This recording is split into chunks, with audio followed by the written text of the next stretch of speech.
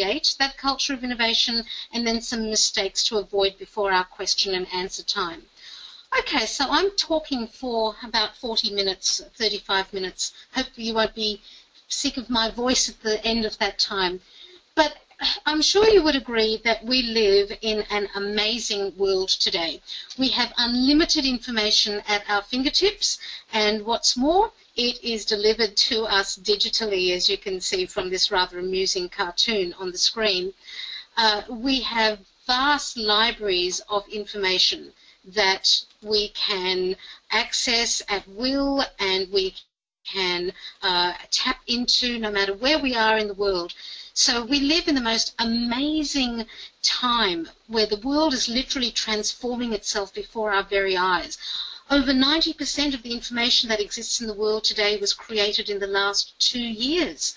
By 2020, technical knowledge is going to be doubling at the rate of every 73 days. So there is absolutely no doubt that we live in what I refer to as the innovation age. Some people refer to this time as the information age, but I think we're already past that. We're in the innovation age. And there's a very famous quote there that says that if the rate of change on the outside exceeds the rate of change on the inside of an organization, the end is near. So in the innovation age, we are traveling at an exponential rate. The change, the knowledge proliferation, it's happening at an exponential rate. And if we as leaders or as organizations or as businesses, no matter what area we're in, if we're traveling at a linear pace in an exponential world, then it stands to reason that we are going to fall into that innovation gap. And many organizations have already done so. You can probably think of some fairly high-profile organizations that this has happened to. Probably the one that often comes to people first is Kodak. You'd be familiar with the Kodak story, where they in fact invented the digital camera but didn't see the opportunities and the possibilities. They lacked the imagination to see how they could absolutely corner the market, and decided just to stick with what they were always doing, with the philosophy that if they were the best in the world at delivering print-based photography, they would always have a place. But of course that didn't happen, and after being around for 120 years and employing 50,000 people globally, in 2012 they filed for bankruptcy. So that's just one high-profile example of an organization that's fallen into the innovation gap. You can probably think of others, but the key message here is that business as usual is simply not an option in the world in which we live today.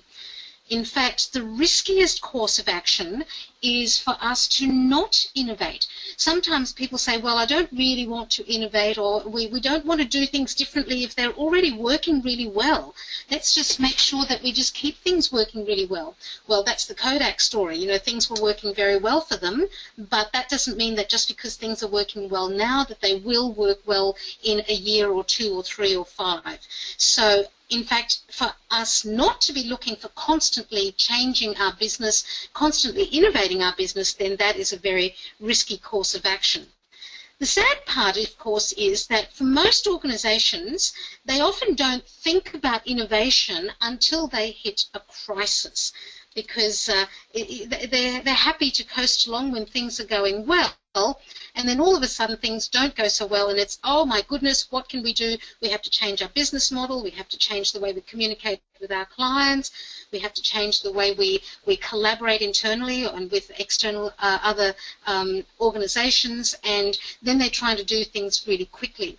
So the key message is to be proactive rather than reactive.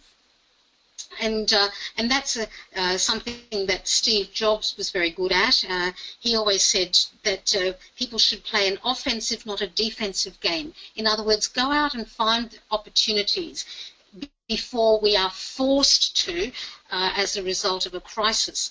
I do some work with a large organisation called 3M, and I go to Sydney. I live in Brisbane. Sydney's down south. I go to Sydney from time to time to work with them. And one of the things that they have is a mural with all of their key messages that they share with their employees. And it's on a huge wall where their lunchroom is.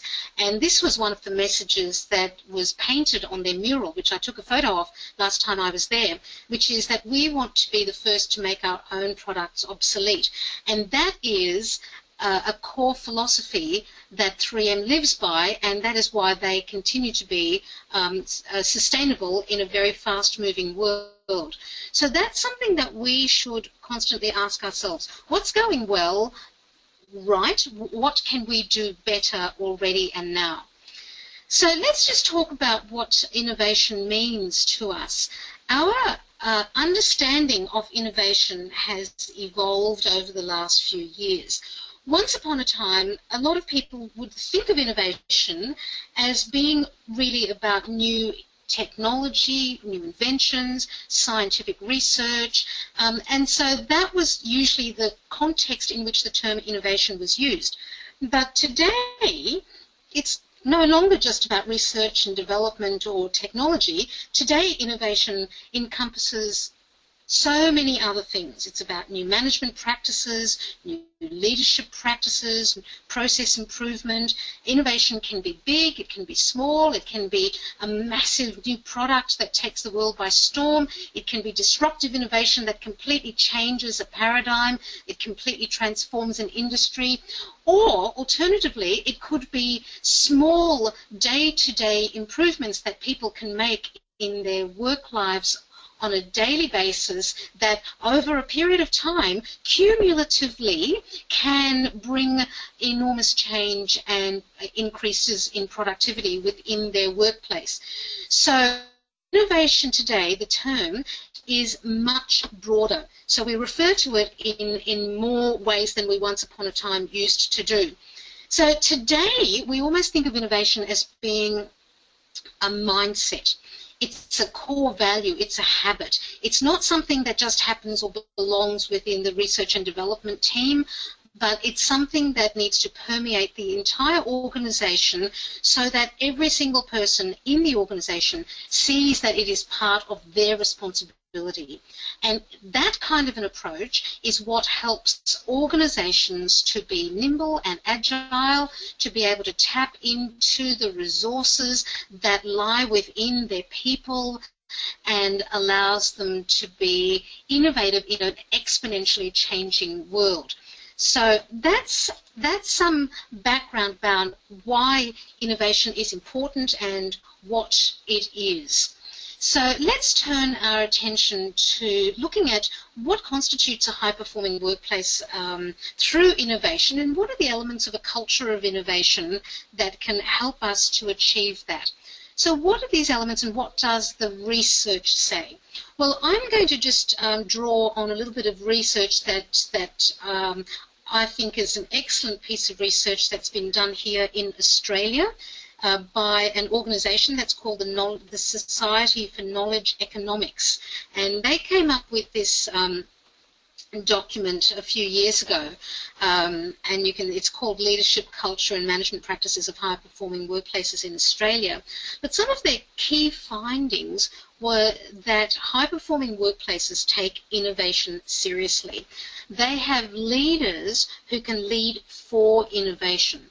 In other words, leaders who are able to increase staff involvement in decision-making, are able to foster collaboration. They are good at providing the intellectual stimulation that comes through creative problem-solving and encouraging their people to participate at all levels, not just the leadership or the executive level, but at all levels in the creative problem-solving process. They allow employees to lead and champion innovation and innovation projects. They delegate the innovation initiatives so that it permeates throughout the organizations. These organizations have leaders who don't think of themselves as just being omniscient, that they've got all the answers, but rather they are leaders who require input from followers in order to maximise decision-making and input from staff, and they support the staff in their innovation ambitions. So that was a really great piece of research, and I do like to refer to it and quote from it when I'm talking about this topic. Some other research that's really interesting in a related field, and that's in relation to creative thinking, which once again is my area of special passion and interest, is that that creative thinking scores are twice as predictive of success than IQ. So for a very long time, the world has been caught up with measuring people's IQ, when in fact that's not necessarily a good indicator of what sort of success a person is going to achieve in their life. More likely to look at their creative thinking skills and how creative they are. That's more likely to indicate that outcome. Another piece of research is this one from The Economist in 2006, that the biggest challenge today for organisations is to develop individuals with the brain power to think critically.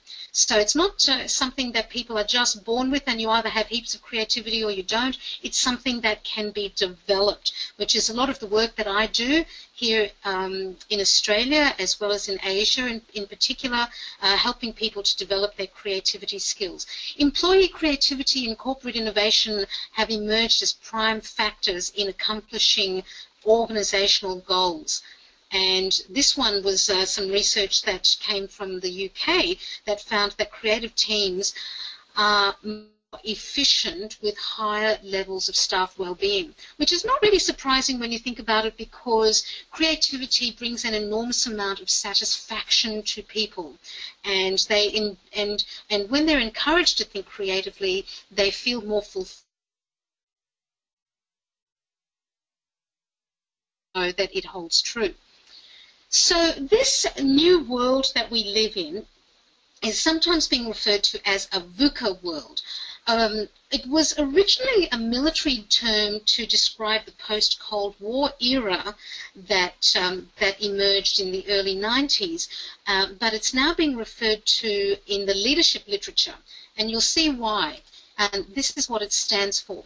V stands for volatile, U stands for uncertain, C stands for complex, and A stands for ambiguous.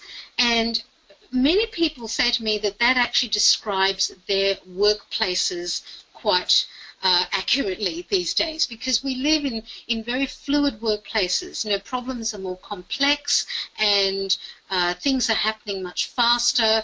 People need to be across things much more effectively. So we're living in this VUCA world. So there's some additional research that's come out showing that organizations that have VUCA-enabled leaders, in other words, people who can negotiate that sort of complexity and volatility and ambiguity, are much more likely to be high-performing workplaces. So high performers are 3 times more likely to have VUCA-capable leaders. Very interesting. And VUCA-enabled organizations also have a culture of innovation. Now, let's begin to explore this, this notion of a culture of innovation. So on this screen, I hope, you can see an iceberg. And this is the reason for me sharing this image with you. As we know, icebergs have 10% above the surface and 90% of their mass below the surface. Now, if the prevailing winds are blowing in one direction and the current is moving in the opposite direction, which direction will the iceberg move in? Okay, will it go in the direction of the winds above the surface, or will it go in the direction of the currents below the surface? Well, given that 90% of the mass is below the surface, it's logical to realize that, in fact, it will go in the direction of the current below the surface. assuming that the current is reasonable and it's not happening to be a violent storm above the surface. So just go with the analogy here. And the reason I share that with you is because sometimes organizations talk about wanting to be innovative, and their leaders send the messages saying, yes, we want innovation. We realize that this is a really key aspect for sustainability. We would like all of our teams and our leaders and our people to be innovative and creative. We want that sort of thing here. And yet the culture in which the people are operating, in other words, the culture of the organization, does not support innovation, then it won't happen. So it doesn't matter what we say, unless our culture within the organization will support that, then it won't become a reality. So hence my analogy of the iceberg. So talking about it, the hot winds and hot air blowing above the surface will not change anything if the culture of the organization doesn't support innovation. So what I'd like to do now is just share with you what the elements of this kind of a culture is. What are these elements that will enable an organization to be innovative and to grow a culture of innovation? And there are 12 key essential elements, and I'm going to go through each of them in turn. So I'll be on this slide for a little while. So the first one is to share the vision. Having a shared vision helps people to feel a sense of commitment to the organization, especially if they can be part of creating the vision either for the team or for the department, or if it's a small organization, everyone can be involved with helping to create the vision for the entire organization. And what this does is that it creates a shared picture of the future and the principles and practices by which the organization can get there. So share the vision and get everyone involved in creating the vision if possible. So the next one then is to provide people with the opportunity. Now, unfortunately, too many people still believe that creating the vision and driving the organization is completely a leadership role. They haven't caught up with the fact that in today's world, it's really the organizations that are able to get everyone on board and everyone committed to the innovation agenda that are the most successful ones. So it means having the opportunity for people to share their ideas, have some kind of a process whereby you can collect them, have some dedicated regular time for problem solving. Is there a system for generating and progressing ideas? Is there a method for giving feedback to people who contribute ideas? Have some time set aside for creative discussions, which often take a little bit more time than ordinary discussions, so they need to be allocated a little bit of extra time. So the really key thing is to get everyone involved and provide people with the channels and the opportunities whereby they can submit their ideas. Recently, I worked with a leader who introduced a process in her workplace called collaborative conversations. And what she encouraged people to do was, in fact, to have one-on-one conversations, have a coffee together with a different person every week, so that over the course of the 10 weeks that they were doing that, everyone had a chance to have a really good one-on-one conversation with other people, and they found all sorts of opportunities for collaboration through that process. It worked really well. So, I mean, there's lots of ways of providing opportunities for people to collaborate, but that's just one example that I can give you. Another one is to build trust, because being prepared to offer innovative ideas can sometimes feel a little bit, threatening, intimidating. It takes a lot of courage to go against the stream and go, no, I've got an idea that says we could do something completely different. Well, unless people feel that they have a safe haven and that their ideas will be respected and that they will be heard without being ridiculed, then they won't bring their ideas. So having trust is really important. And then give people rewards. And it's not about monetary rewards. In fact, research has shown that monetary rewards are the least motivating of all in order to encourage people to bring more ideas forward. Very often, it's just recognition.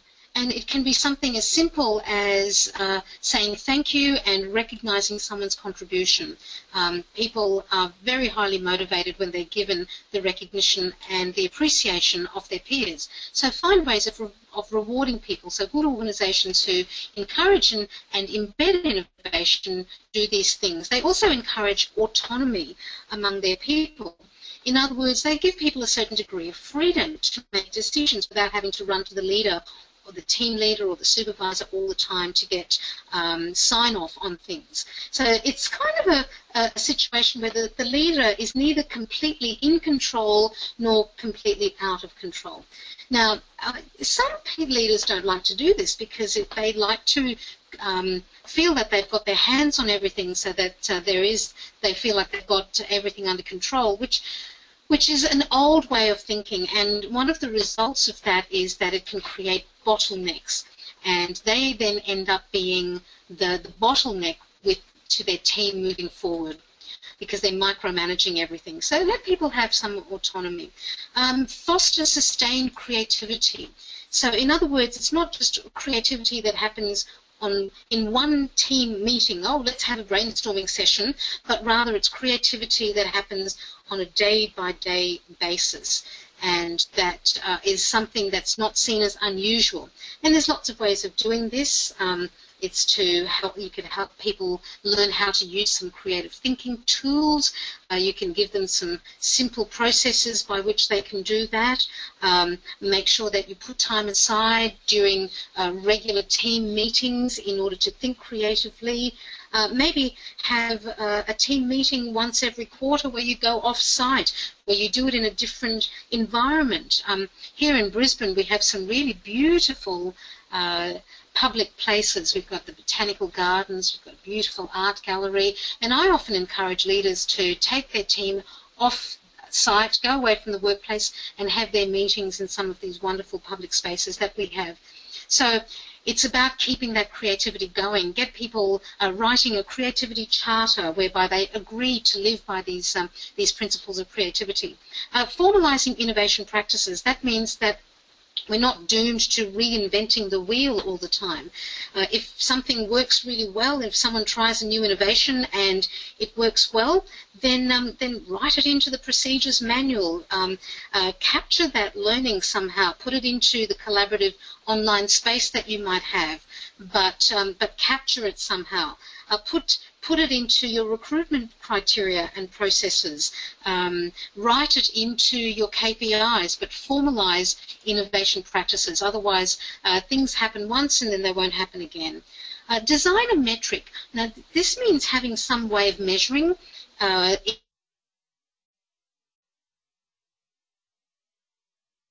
culture of innovation.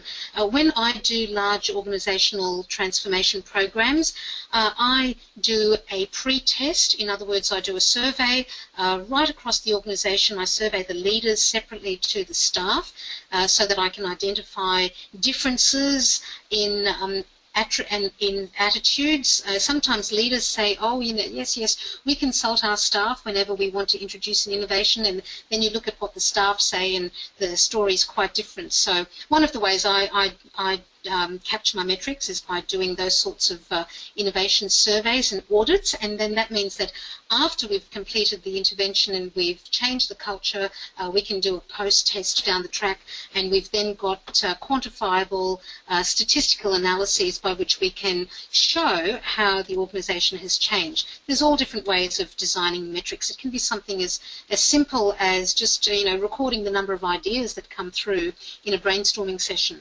The next one is advocate lifelong learning. So this is about helping people to really see themselves as being responsible for their own education.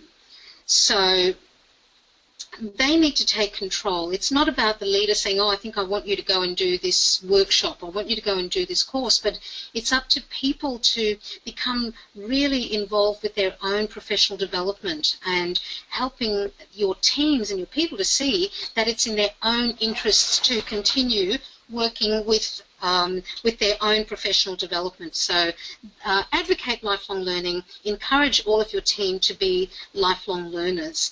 So, and make learning enjoyable. So help people to step outside of their comfort zones and help them to feel a sense of success when they do. The next one is enlist the right people. Now, it's much easier when you've got a team of champions to steer the ship rather than if you've got people who aren't on board with innovation. So this is probably the easiest way to get a team of champions.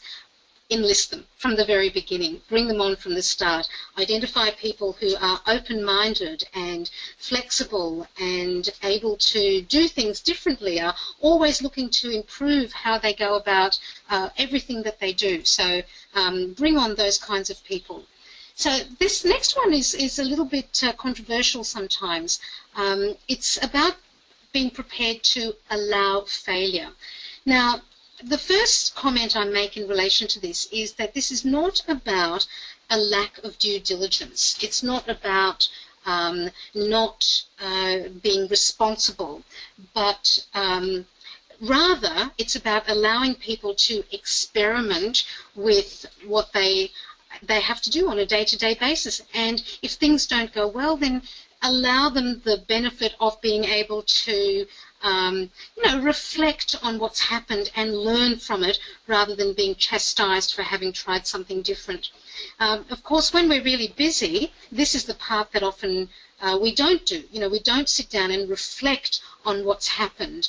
And yet, if we don't do that, then we rob ourselves of the opportunity to learn and make things better. And the final one is about building momentum.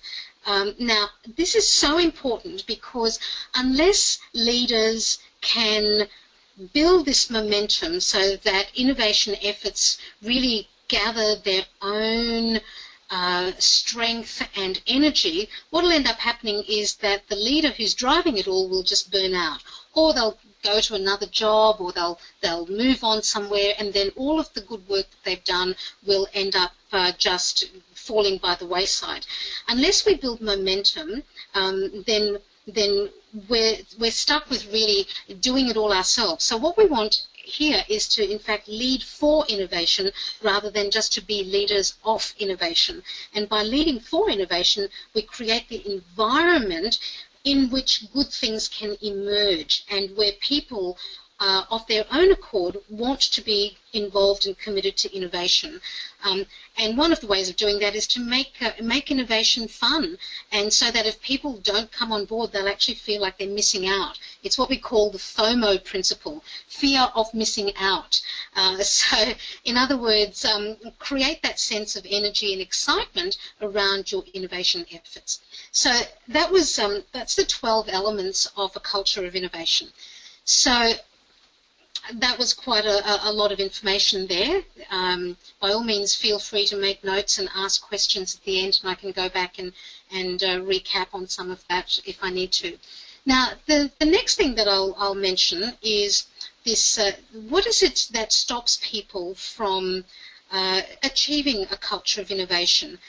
And in my experience, the number one problem that prevents leaders from creating that culture of innovation is that they lack a systematic, strategic, and simple framework.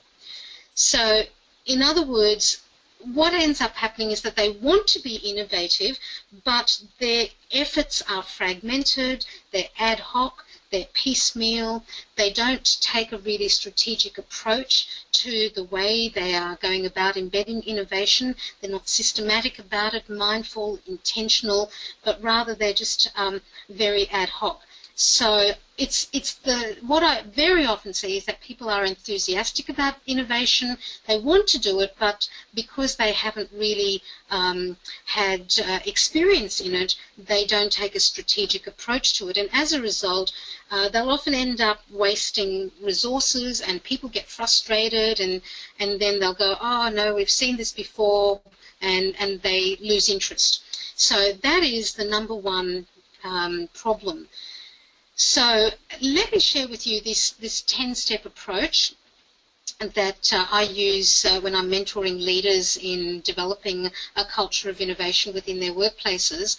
And it is a very simple acronym because I'm actually using the acronym of the word innovation. So this is how it goes. So first off, we start by the I stands for identify innovation opportunities. And this can be done within a number of ways. I use a number of matrices where I help people to see where their opportunities might lie. It can also be done through the pre-test where I survey the entire organisation, but we identify where the opportunities are. Then we identify what are the strategic outcomes that we want for the organisation. So we look at the order and the priority of the strategic outcomes, what's most important, which aspect needs innovation, and we'll start there. So we'll nominate what the outcomes are that we're after. We negotiate those priorities together and then decide on a starting point. Then starts the process of developing the skills of people. So opening your mind, opening the leader's mind, opening the mind of the people within the organisation to new ways of thinking and doing. So this means educating people about what are the cutting-edge practices in innovation, how can you take those insights and then what are we going to do with them? So we educate people by opening their minds to new ways of thinking and doing, and then that naturally leads into validating those insights through application within the workplace. Then what I also do is give people a series of tools and models and frameworks that they're able to adapt. So the A stands for adapting those tools and frameworks in order to use them within the workplace in order to accelerate innovation implementation. We also want to make sure that it's everyone coming on the journey. So take all of the team members on the journey so that everyone feels like they have a stake in this process that the organisation or the team is going through. So as that happens, team members themselves will come up with new ideas. They will be the ones who will often look for opportunities and present lots of great ideas that if it was just left up to the leader, they would never see. So those ideas then need to be implemented, and everyone can have a process in that. And as those ideas are implemented, people begin to see outcomes which are very encouraging. So it's important to own those outcomes, to celebrate them, to reward them, to create stories around them, success stories that get shared throughout the organisation. And then the final aspect is to then normalise those new practices. In other words, when you implement new processes, procedures, mindsets, we want them then to become the new normal. So it's about helping to embed those new ways of thinking and doing so that the organisation then is able to build on that new higher level of operating. So that's a 10-step process that uses the word innovation as the acronym to explain the framework. Now, just keep in mind that it's not really done in a very regimented way. A lot of those processes happen simultaneously and in parallel. So although it's a framework, it's not meant to be a regimented process, and many of those things will happen simultaneously. So the outcome of that is that, before you do something like that, the leader can sometimes feel like they are pushing uphill this heavy rock where it's all up to them to make things happen. But when you can build a culture of innovation, then everyone comes on board. So the staff start contributing ideas, and you end up with a much more engaged staff that brings a new energy into the workplace, and people are more motivated to help improve things. And what happens is that innovation then becomes part of the DNA of the team, so that it then becomes the new normal. Just a case study to share with you. Just recently I did a program with an organisation here in Brisbane called the Queensland College of Teachers, which is the peak body that oversees all of the teachers within our state. And these were some of the outcomes that were apparent very quickly into the process, into the program. So the director, his name's John Ryan, he has identified them, and he showed that some of the benefits were things like enhanced communication and relationships across the organisation, much greater willingness of staff to contribute ideas and to participate in making innovation happen, thinking differently about the challenges that face the organisation, a much higher level of staff confidence in taking calculated risks. Staff also were happy to start using some of the tools and strategies and processes in order to formulate their innovative solutions. And then we made sure that at the end we put those processes in place that would ensure the longevity of the program, so that innovation became sustained, and it wasn't just something that was happening while I was in there working with them, but something that they were able to continue on while after the program finished. So the next topic is to just identify some mistakes that are commonly made before we go to our question and answer time. That will happen in just a moment. And I think some of these are the common mistakes that I see happening. Is number one, people actually saying it's too hard or we don't need it. In other words, they don't do anything. So they don't take any action. That's a mistake, and I'm sure most of you would not make. You probably wouldn't be on this webinar if that was your way of thinking. But a second mistake that people make is sometimes that they take a DIY approach. In other words, a do-it-yourself, or with the best will in the world and with the best intention in the world, often a DIY approach falls short. So it becomes one of those ad hoc programs, and things don't happen strategically, they don't happen mindfully and intentionally, and then they end up just bringing very second-rate results. I mean, you would never invite, if you had say an electrical problem in your house. Okay, you could try to do it yourself, but that's dangerous. You might end up electrocuting yourself or blowing your fuses. It's much more sensible to invite an electrician to come in and help you, because that is a person who is a specialist. So I say that because I often have to go in and clean up a workplace that has been trying to do it by themselves for a while, and everyone's ended up being very frustrated. And then another issue is that people do take action, but they end up taking the wrong kind of action.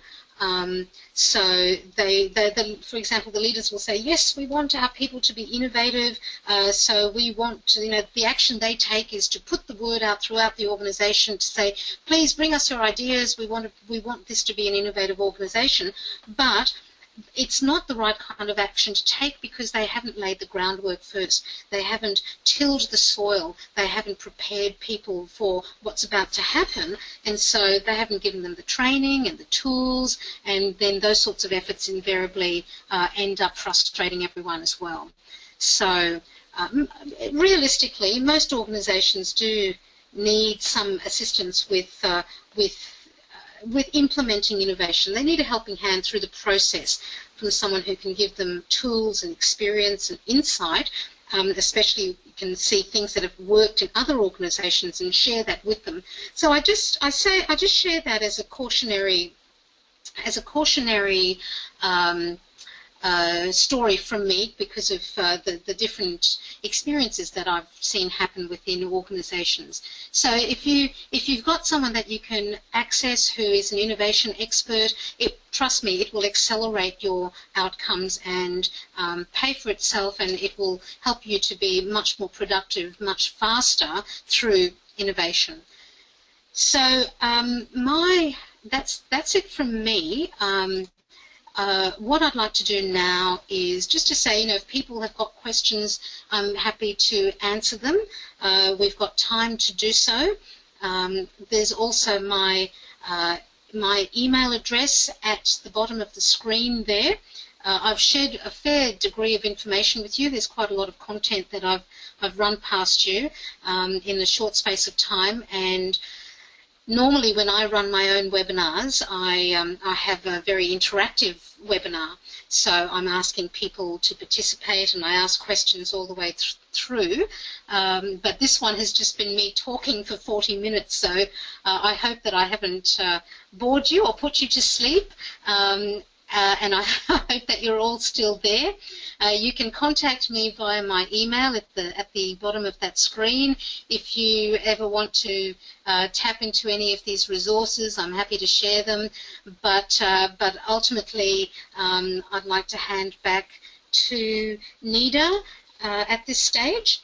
And if she's happy to take control, I will put myself into her hands. So Nida, yes, I'm here. Can you take the control back? Oh, good. Okay. I wasn't sure if you can take the control back from your end. No, your screen is still visible.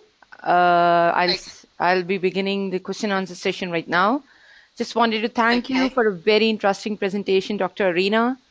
Folks, we are open for the question and answers. You can either put the question in the chat box, or you can raise the hand icon available on your webinar console. So let me go straight to the first question, and that would be, should an organization incorporate innovation aligned with the values and goals of the company?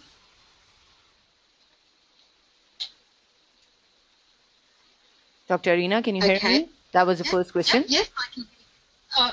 Well, there's a very short answer to that one, and the answer is yes, absolutely.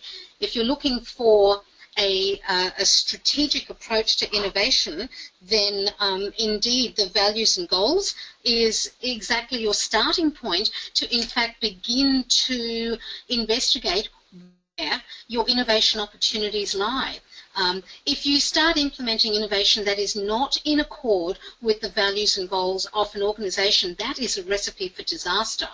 And it will take an organisation off track, and it'll take time to get back on track again. So certainly the first place, in fact, to start would be to look at what's the strategic plan for the organisation, what are the strategic goals, what's the time frames. Most organisations have strategic plans that span either 3 or 5 years. I always recommend 3 years because 5 years is just too long in this current innovation age VUCA environment in which we live. So the first thing is to actually go to the goals and say, what do we want to achieve over the next 3 years? And now let's start breaking that down and let's prioritize those goals. What's the most important thing that we need to start looking at immediately, and then begin to apply your innovation thinking and tools and processes and frameworks. And I share a whole toolkit with organizations around that, and we actually drill down into what those goals are, and then we say, well, now how do we break those down so that we can achieve them, and how can we bring a whole sense of innovation to achieving those goals. This might be how we might have tried to approach the process 10 years ago, 5 years ago to achieve these goals. Let's see if we can do it differently so that we can get there faster. So I would say, Nida, there's a very short answer to that, even though I took a little bit of, it wasn't quite so short an answer in my response, but certainly that's a good question, and the answer is you definitely need to start with your values and goals. That's the obvious starting point. Okay, great. Thank you, Dr. Irena. We have another one from Mr. Sam, and I'll unmute him and he can ask the question directly. Mrs. Sam, you can go ahead and ask the question. Of course. First of all, Dr. Irena, that was a great presentation. Right? I really enjoyed it. I mean, the whole time that you were sharing your ideas, and also the presentation showed a lot of stuff that's very, very important, when it comes to the culture, right, at workplace. So basically, my question was, what do you think the impact would be, when it comes to the startup companies? How do you think it's going to impact the startup companies? Mr. Sam was. That's right. Yes. Okay. When you say impact, what impact are you referring to? I'm talking about creating an innovative culture at workplace. So let's say there's a new startup company, all right, and they try to create an innovative culture at the workplace. So how do you think the impact would be on that particular startup? Well, can I say thank you very much, first of all, for your question, and also thank you very much for your kind words. I'm delighted that you found such value in the presentation. Startups are a really interesting situation, because I must confess most of my experience has been in large organisations, small to medium-sized enterprises at the larger end of the scale, and in government departments and corporations, rather than in startups. However, I actually have some friends who are involved in startups, and the huge benefit that a startup has over an established organisation is that they can create their culture from the ground up. They have to undo years of entrenched practices before they can take huge leaps forward. So startups have a wonderful opportunity to be able to write on a clean slate. So it would do well for them to look at those characteristics of creative enterprises and innovative enterprises and say, as we grow our startup, let's make sure that these are the practices that we adhere to so that we don't become stale. Because what can happen is with a startup is that they start off with a great deal of energy and gusto, and it's really their passion that pushes them forward initially.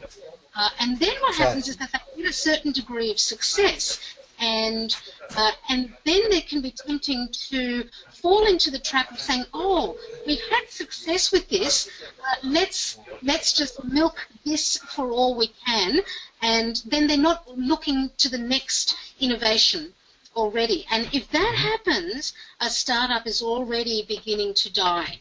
So with the startups, they have a great opportunity to build those innovative practices into their day-to-day workflow and work activities from the word go, from the ground up. I hope that answers your question, Mr. Sam. Well, yes, definitely, Dr. Irena, it definitely answered my question.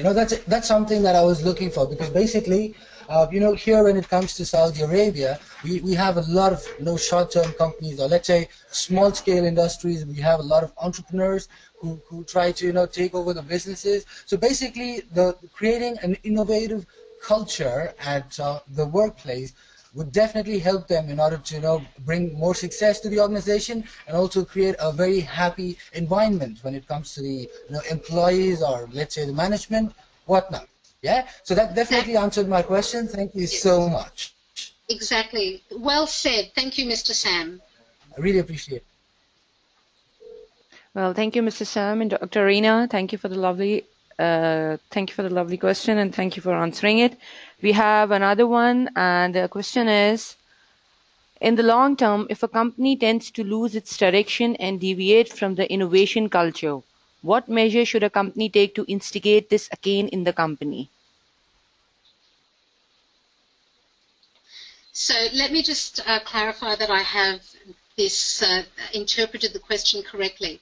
If you have an established organization that has lost its innovation momentum, what can they do to regain it? Yes. Correct? Correct. That's correct. Okay, all right. So a number of things need to happen for an organization like that. And the first thing is that the CEO or the director or the general manager or the the people at the top need to make a commitment to innovation. That is number one.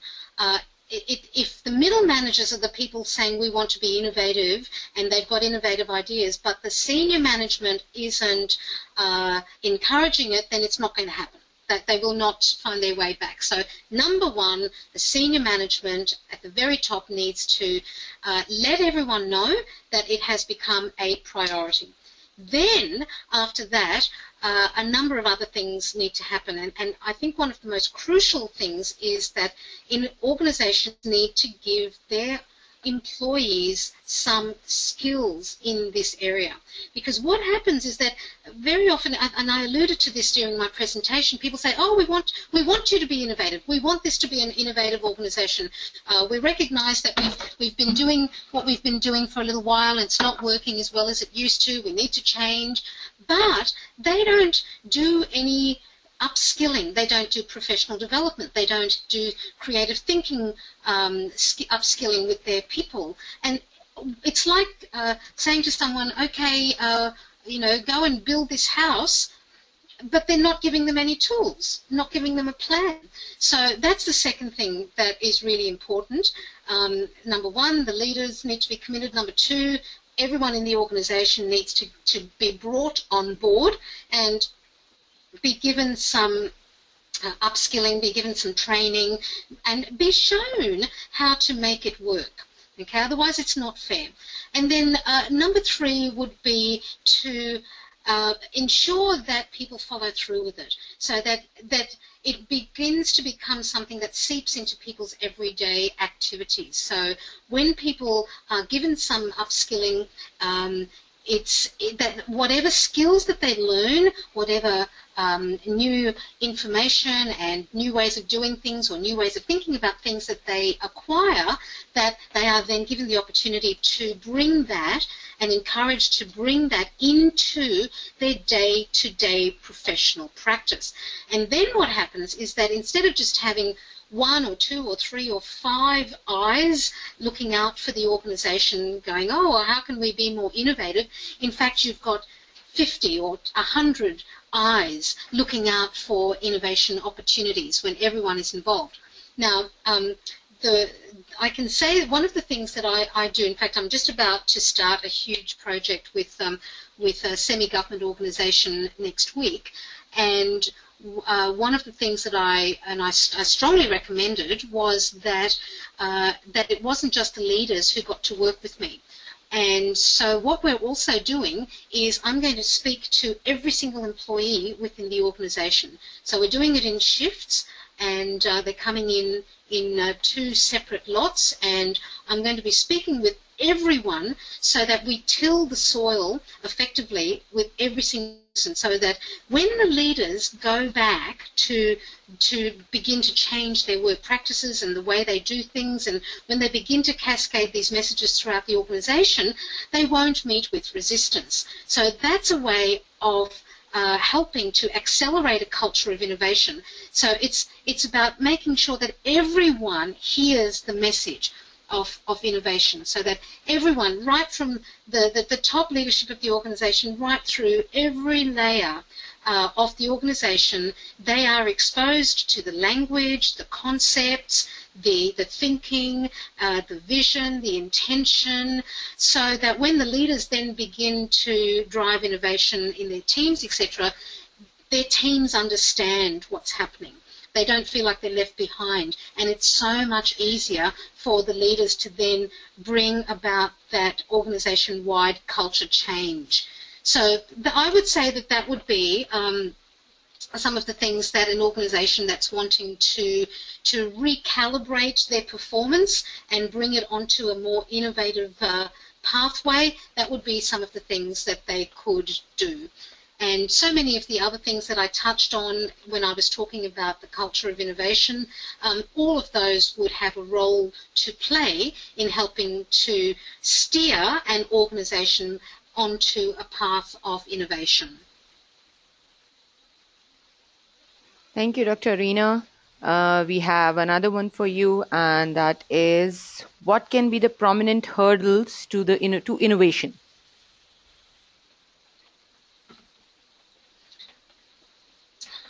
The main hurdles, the barriers. Okay, so probably the biggest barrier is entrenched practices. Legacy systems, inherited ways of thinking. This is how we've always done it. We're going to do it this way because this is the way we've always done it. The minute I hear someone say that, we've always done it this way, I just know that they are on a skid downhill. But that is probably the biggest barrier. It's overcoming entrenched practices so that people can begin to look for new ways and new solutions of doing things differently. So, it's not even just, about just doing things a little bit slightly improved. It's actually saying, well, that's good, that has its place, but it's about everyone in the organisation saying, okay, this is how we've done this particular process for the last 10, 15 years. This is how we've solved this problem historically. This is how we've always approached these challenges. Let's see if we can do it differently. Let's see if we can do it better. Let's see if we can bring some real disruptive thinking to this. How can we do it in a way that we've never considered doing it before? So that's the main hurdle, overcoming entrenched practices. Other hurdles can be things like people not being enthusiastic. That's a classic hurdle. And so they will begin to sabotage innovation efforts. And people who are enthusiastic will find that their energy gets drained sometimes by people who are subtly trying to derail the innovation program and activities and agenda. And then it's up to the leader to try a number of different strategies to bring those people on board. I mean, it's actually something that I've come across quite a bit in, especially working in certain government departments where they've had an established workforce that has been there for decades and done things a particular way for decades. It's been a challenge to bring people's thinking around to being innovative and thinking creatively, but it's certainly very doable, and it's certainly not something that is unsurmountable. Let's see, other practices could be that, hurdles could be that the organisation needs to perhaps be on the lookout for new technologies that can help them to do things differently. So it's a case of always being on the lookout, because we have so much more available to us now than we've ever had before in terms of how to implement better systems and how to use technology for communication and collaboration platforms and things like that. Sometimes legacy technology can be a hurdle for innovation, and then it's up to people to come up with a strategic plan for how to update the technological systems that are existing within the business or the organisation, and then evolve them into a new technology that will serve them better. That's never easy to do, but it's worth it, because if a technological system and process that is currently being used within an organisation is outdated, it's just one of those difficult things.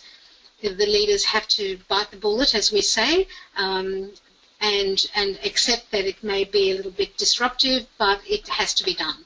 So that would be another one. Is that enough? Yes, that's great. I hope that has answered the question for Eamon. We have one last one before we end this session, and the question is, companies who fear innovation, culture and change, any remarks for them as to how this will be helpful to them? Well, companies that fear innovation and change,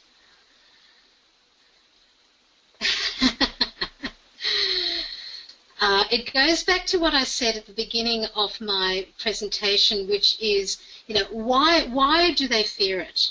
Now, why would a company fear innovation? Okay, is it because they think, well, if we change, then we might actually lose our market share? If we change, we might actually lose our clients who know us for what they've dealt with us for so long for. The greatest risk is to not innovate. So if we're afraid of change, what we should be more afraid of is not changing. If a company fears innovation, what they should be even more afraid of is not innovating, because it is absolutely, virtually a certainty that unless they innovate and unless they change, they will have a very limited lifespan. It doesn't matter how prosperous they look like they are at the moment. They will have a use-by date. There's some really startling statistics around this that I came across recently in, I think it was Forbes magazine, that said that 40% of the Fortune 500 companies that were on the Fortune 500 list in 1999 are no longer on that list. Now, I'm not sure whether that means that they've gone out of business completely or they've just dropped off the Fortune 500 list, but 40%, that is nearly half. And those are the organizations that feared innovation and change. What's happened to them? They've become extinct. In fact, my major organizational transformation program is entitled How to Ensure That Your Organization is a Dynamo and Not a Dinosaur. It's because the dinosaurs are the ones that will end up going out of business. They will not be sustainable. They will not be able to keep up with an exponentially changing world, and the writing is on the wall. They will lose market share. They'll go out of business, their profitability will drop, and then they'll go into that crisis mode. You know, the picture I put up with the hand on the face and someone screaming, that'll be a metaphor for their organization suddenly going, oh, what do we do now? We've lost our clients. We know our competitors are gaining market share. We're not nimble. We haven't been agile. We haven't been able to adapt to this new environment. And now we look like our profitability is dropping. We're going to have to start laying people off. And all because the leaders were not proactive enough, not visionary enough, didn't have enough imagination to take the company into the 21st century. And that is a sad legacy. So no one wants to be the leader at the top of a company that ends up going bankrupt. I mean, that is terrible. That's a terrible thing to live with. People lose their jobs. So I would say to any company that is afraid of innovation, that is afraid of change, just jump in and do it before you're forced to do it.